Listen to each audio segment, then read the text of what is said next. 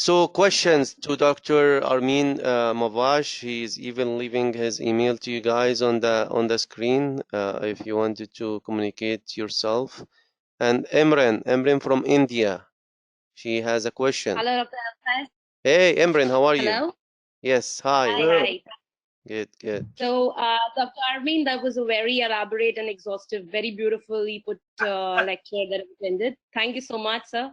Thank you. And my question to you is, I come from India. So in a country like ours, we do have a lot of financial constraints amongst our population. So could you discuss a little bit, or if you can elaborate a little bit on iodine 131 labeled iodine, the role of it in tear?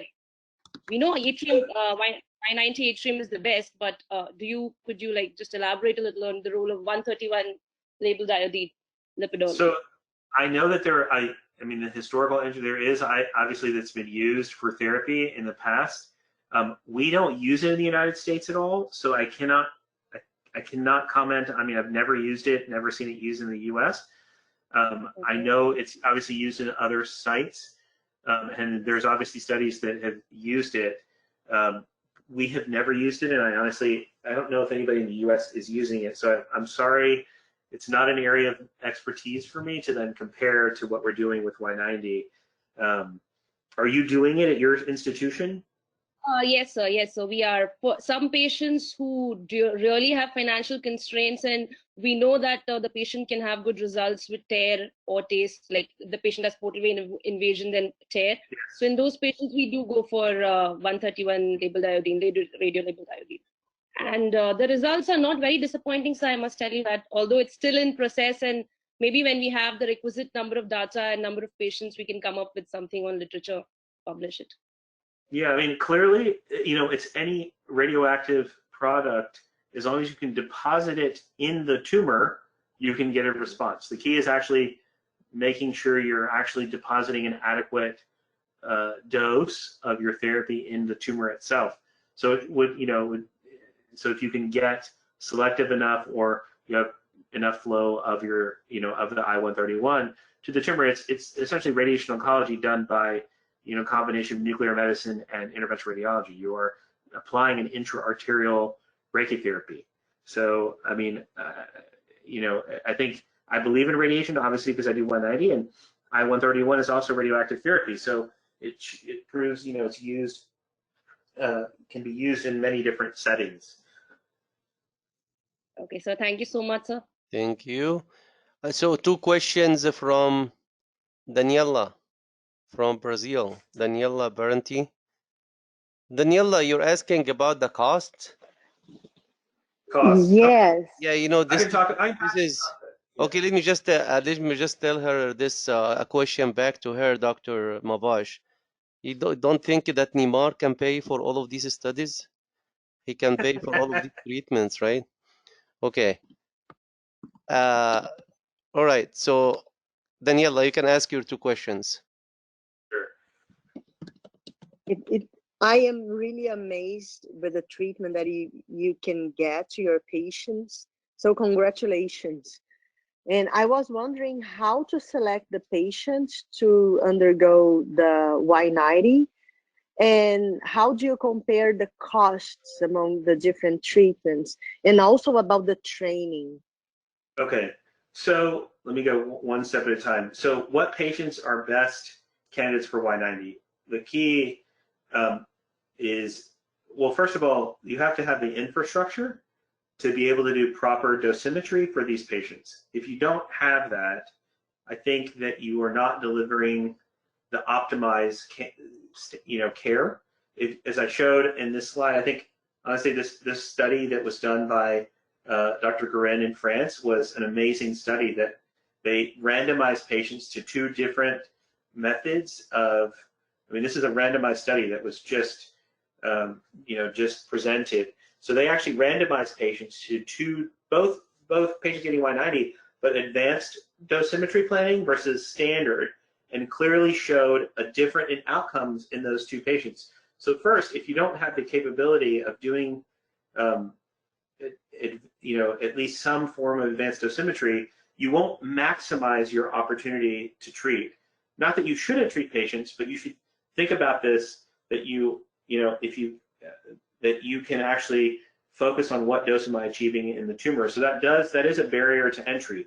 So for us, if I'm going to take somebody for Y90, the caveat I have for these patients is I need to make sure, based on the surrogate imaging, the day we do the planning, and I give you the surrogate particle, I do a dose plan using the software I showed, and I need to achieve a minimum dose to your tumor with a maximum allowable dose to your liver, and make sure that's safe within the confines of safety.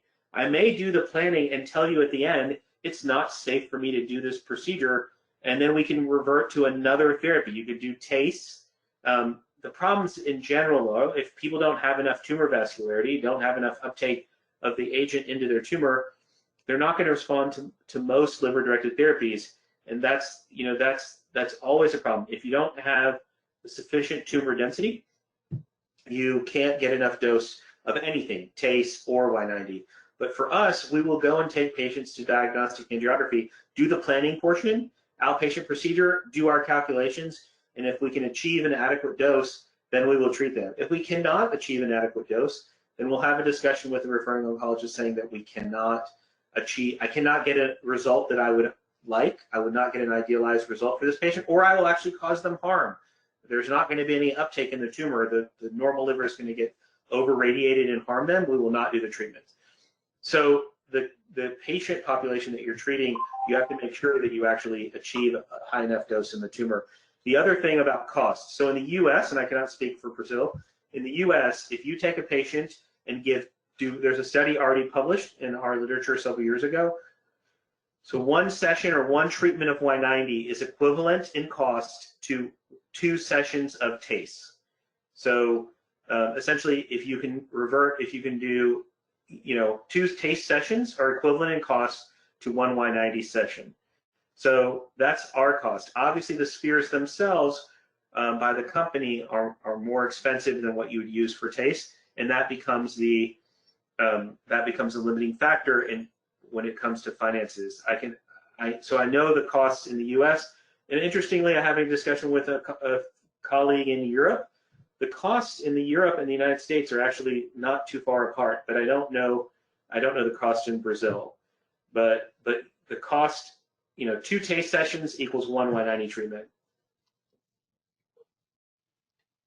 Okay, great. Thanks. Thank you very much. By the way, Diego is still here, but Diego, it's very unfortunate news. Brazil is 2, Argentina is 1. We have Alessandra here. Alessandra is from Brazil too. She just sent me telling me that I'm from Brazil, so I'm sorry. I'm sorry, Diego. So anyway, I have a question. Not me, Dr. Serlin. Dr. Serlin, I always make him give the question when I'm in a good mood. So I wasn't in a good mood till just a minute when he said that I am the most handsome and intelligent person he has ever met. Now I'm in a good mood. So you can give the question, Dr. Serlin. Thank you, Khaled. It's true. I asked whether I could ask a question, and he said only if I'm in a good mood. So then I told him that he's the most handsome and intelligent person I've ever met, and so now he's in a good mood and he's allowing me to ask a question. But Armeen, you're probably the second most intelligent person I've ever met. So don't. I hope you feel no, by the way, those are just 2 phenomenal lectures yesterday and today. So thank you so much. Really learned a lot from you, and I'll be reaching out to you, separately. Sure. Don't worry, or maybe do worry, because I will be reaching out to you. But here's my question.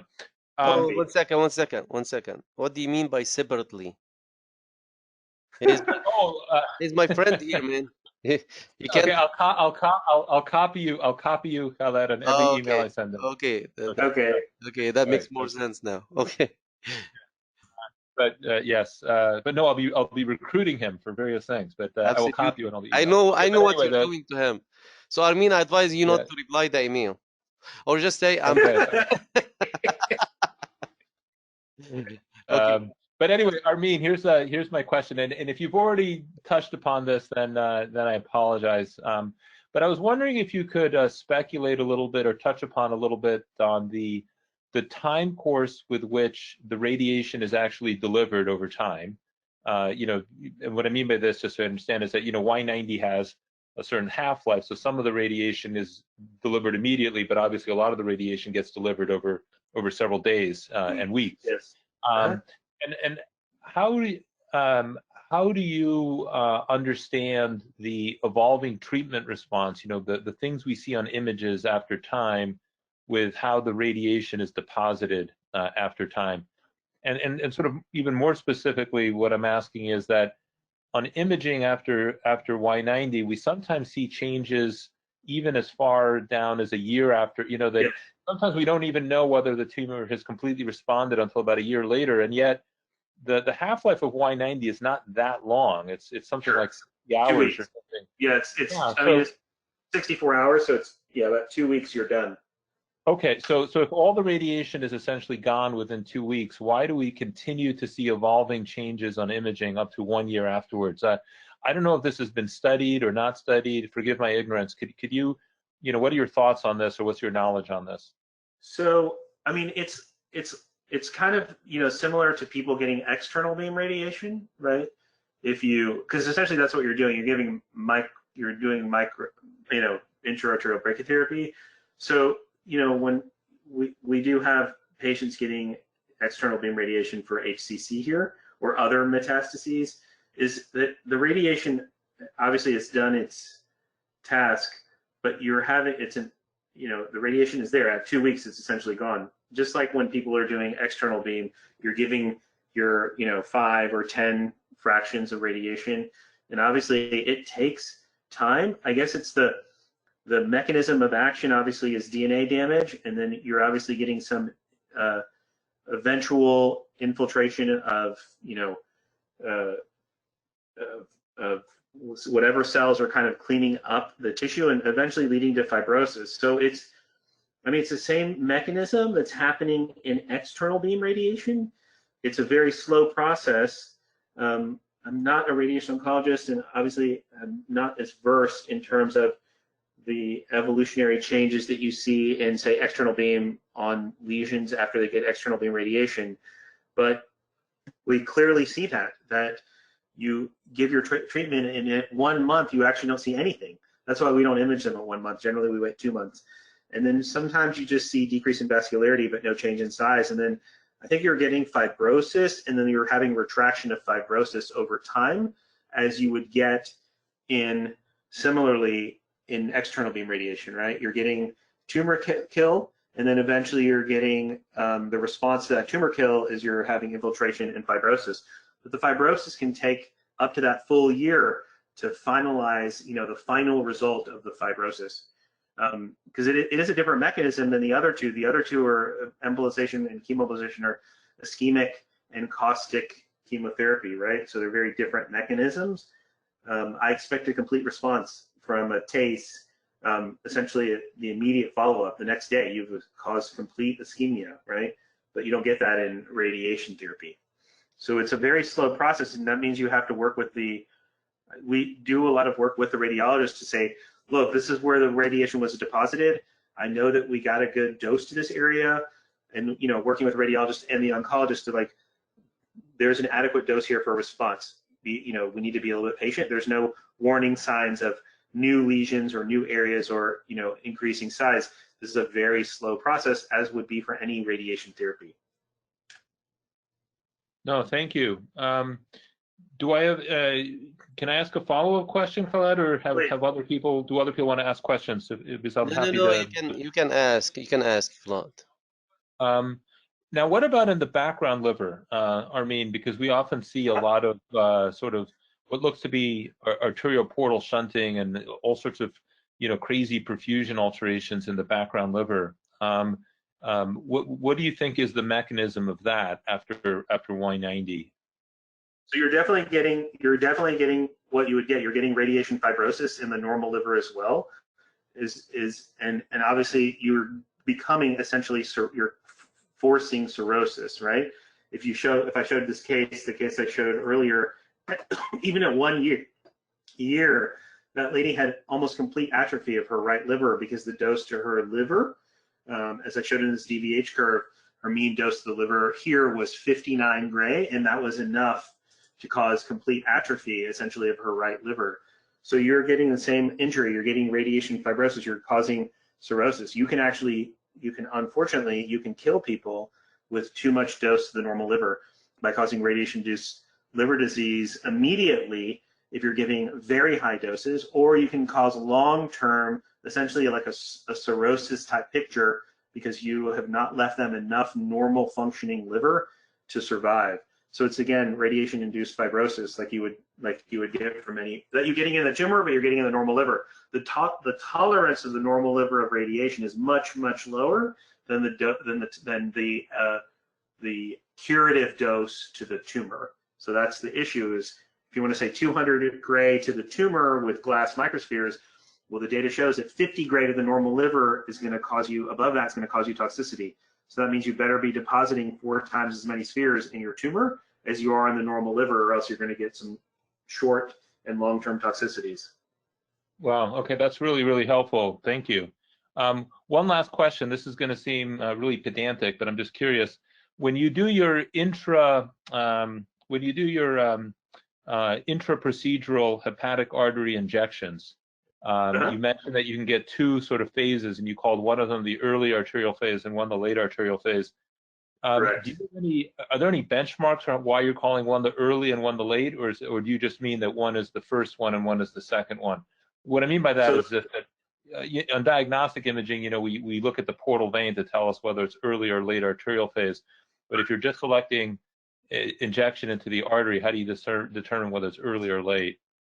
Well, I mean, one is, so I've set up a kind of imaging protocol with the physicist, and we inject, and everyone does this a little bit differently, but we inject for a certain amount of time.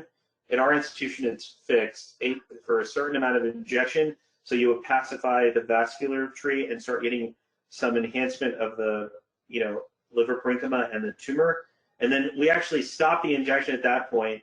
And then what you see sometimes, and I showed in that case, is that you'll see areas that actually you're seeing the parenchymal enhancement come out, and so you may get some washout of the tumor because in that delayed phase, you've allowed, essentially, you stop your injection and you allow some washout, and you obviously are getting some wash into the interstitial space, which is slower in the normal liver than in the tumor. And everyone will make that. Ours is fixed because we created a protocol, but everyone will slightly have a different number. I don't know what other sites you're using in terms of what we call early arterial and late arterial. I mean, it's a pure arterial injection. There's no, you're in the proper hepatic artery, or maybe you're in the common, you're going to get maybe a little bit from the gastroduodenal artery that comes into the portal vein, but essentially it's as pure arterial as you can get. But how you image them, every place does it differently. So yeah, I mean, but we found it useful because sometimes you can identify things that you can't see on the early arterial phase. But if you obviously had a longer injection time, then maybe you would see them, maybe injected for 20 seconds before you image them. Then you'd actually kind of combine the two, but it'd be like a very long injection. Okay, well, no, Armeen, thank you. That was very, very helpful. Really appreciate your lectures and appreciate your very complete answers to all the questions. Thank you. So thank you very much, Claude, too. Thank you very much, Armeen, for these 2 lectures. We appreciate your help really a lot. And again, I'm just saying the radiologist is not a good radiologist without understanding the other disciplines and what other disciplines do and a role of these interventions. And I'd like to thank the audience. Myself a radiologist first. You are interventional radiologist. Based on my daughter Sarah, you are a real doctor. So, so we really appreciate these 2 lectures, and we will actually do stuff in the future. Hopefully, Armeen, if you allow us, and I will connect you with Claude. So, Claude, I will connect you with Armeen. No worries. And I'd like to thank everyone from all over the world, and it was very interesting for me today to see radiologists from Argentina and Brazil in the same session. That was not usual for the previous sessions. So thank you very much for showing and coming from all over the world, and thanks Armeen for the two informative lectures. We appreciate your help. And the Armeen Very email is welcome. there if you guys would like to email him any question. All right. Buonasera, everyone. Thanks, everybody. Thank you. Take care of yourselves. Bye-bye.